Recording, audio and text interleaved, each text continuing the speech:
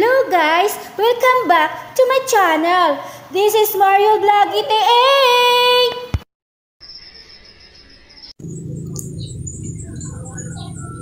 Hello guys. Ito guys ay sibuyas. Gagawa ako ng onion juice. Hindi ko siya iinumin, kundi ilalagay ko sa buhok. Ito guys. Meron ako ditong lagayan at saka ito.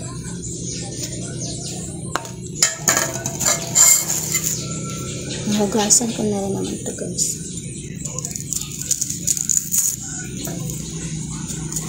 Ilalagay ko to guys sa buhok ng kasama ko kasi yung buhok niya guys nagkandalagas simula nung na-hospital siya hanggang 3 months naglagas yung buhok niya. Ang dami, meron pa nga po guys na naipon na buhok niya. Alam niyo guys, kinabahan talaga kami noon kasi akala namin baka mayroon na siyang sakit kasi ang dami-daming nalagas na buhok niya. So guys, so inipon ko pa ito. Akala ko nga mapapanot na siya ito. Ang dami. Dami yung buhok na nalagas. Ang ginawa lang namin guys ay itong sibuyas. Ito guys. Ganito yung ginagawa namin. Kinakabig lang namin.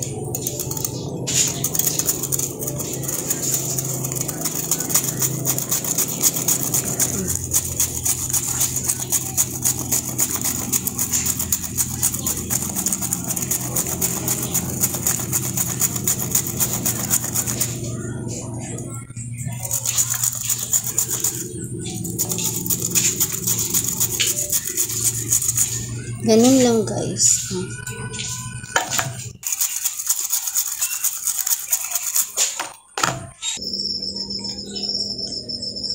Bigain lang natin guys.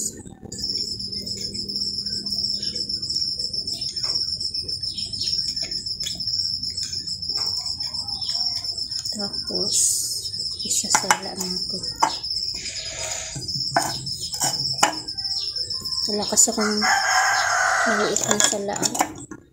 Malaki na. Hindi na kailangan guys lagyan ng tubig. Pero kung gusto niyo lagyan, pwede rin naman. Kasi kaunti lang.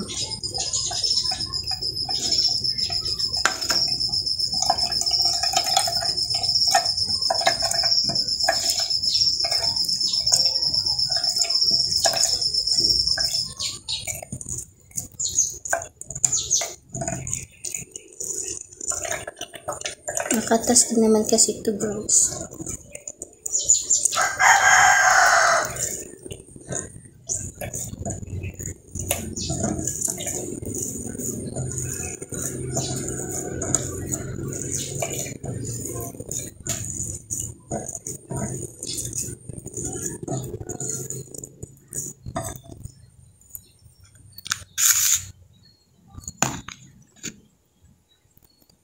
At ito na guys, ang ating nasala na onion juice.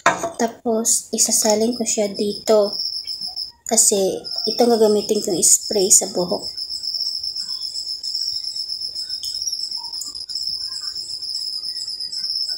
Ayan guys, o diba may sabak.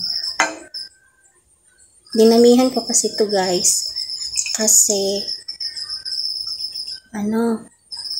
gumagamit din kasi ako nito.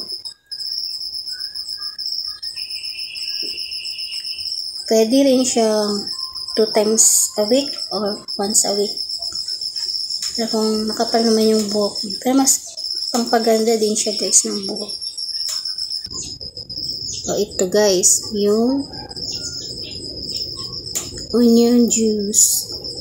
At saka ito naman ang sibuyas. O diba guys? At ito pala guys, yung unang lagay ko ng onion juice sa kanyang buhok. Medyo manipis yung buhok niya dito at medyo nalalagas na kasi yung buhok niya dito. Ito yung first time na nilagyan ko siya ng onion juice. Akala talaga namin guys ay mapapanot na siya kasi grabe yung nalagas na buhok. Simula nung na-hospital siya nun. At dito guys ay mapapansin mo talaga na unti-unti nang nalalagas ang kanyang buhok.